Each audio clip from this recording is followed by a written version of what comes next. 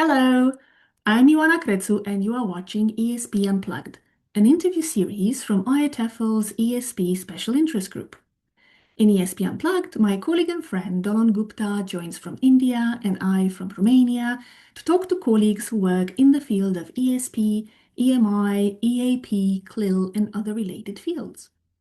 We talk about our professional journeys and projects, the realities of teaching, specialized communication in very different contexts, the questions that keep us curious, the lessons we've learned along the way and which might help someone starting out, and of course, what we think the future holds for us.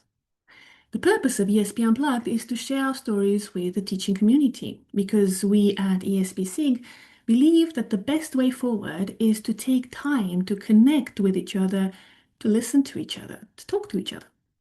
There will be one guest featured every month. Follow us on Facebook and on LinkedIn for the latest updates. And if you'd like to be a guest, get in touch. We'd love to hear your story.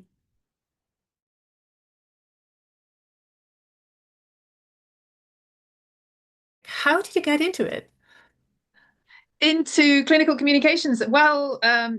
It's been quite a long journey. And I've actually been doing this since 1998. Yeah. So, I mean, when I wrote Good Practice, for example, there weren't really course books talking about how to express empathy, how to use active listening skills, how to reassure somebody, how to negotiate. Well, negotiation, yes, but in different sorts of contexts. These are all strategies that you can transfer into the classroom as well. Yeah.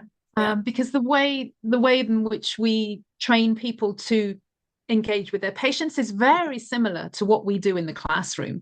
You know, we talk about teacher talk time and student talk time. Well, we could transpose that into patient talk time, and therefore listening comes into play. You know, allow the patient to speak, allow them silence. Silence is also very valid as well. And that's just the same as, so there's a lot of skills that we have that we use as teachers in the classroom that you also use as a clinician with a patient.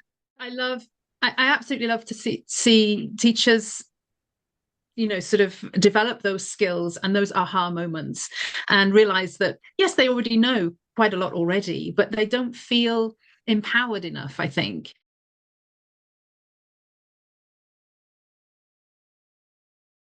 Hello, Rudy. It's so good to have you on ESP Unplugged. I'll just jump straight in and ask you the first question. That is, how did this begin? Things which I found normal in Germany were not at all normal in the United States, although language seemed to be hiding it. One example was, how do I respond to a compliment? It's not just language in a linguistic way, but other things come into it. We were among the first, actually, to connect the use of the English language with different cultural contexts. It was based very much on our own experience, using English in various contexts in Europe. And of course, experiencing, well, irritations, misunderstandings, conflicts of all kinds, which we were not aware of why they originated. And when that is not addressed in English lessons, English as the lingua franca, then people are misled and they can't account for misunderstandings and frictions which they experience. Right. Establishing trust using this global lingua franca. Establishing trust. It's not linguistic things at all. Linguistic features come into establishing trust. But without trust, nothing works.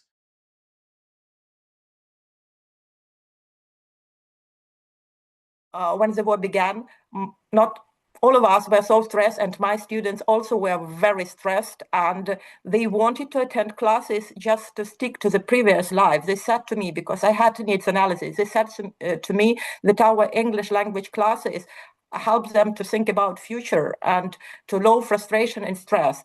And I started to work and think how to make that bridge between English language ESP classes and between their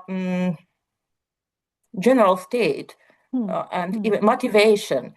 And when you say it's in the emergency context, could you explain what do you mean by language in the emergency context? I had classes for refugees for a year, and these were refugees who located in different cities in Poland, and this was online classes of English, sometimes general English, sometimes business English, for them to survive, to prepare their portfolios, to prepare their CVs, how to start conversation in English in foreign countries, all together. Sometimes these classes were about sharing information, how to do different things when that is in emergency, because we can't prepare in advance. And a lot of students were from occupied regions, from Mariupol. And when we had classes of general English, there were very personal topics, for example, my hobby or my family treasures, that shouldn't be in the programs for refugees. So because, for interesting. example, Hobbies. Yes.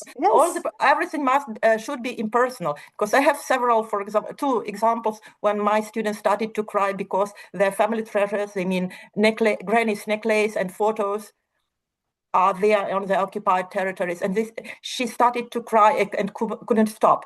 That was a good example how to use mindfulness techniques. At first I was very skeptic about using these techniques. For example, name 4 things you can see, name 3 things you can smell. I couldn't hug that person through online, through screen, but I have to just to ask maybe silly questions to calm down, to reduce stress. And as I have said, that topic shouldn't be used not to re-traumatize students. Nothing personal. So we try to substitute for example, strange hobbies over the world. That is English in emergency. Then you are trying to prepare materials in a day, sometimes in an hour, because there is very special needs of your students.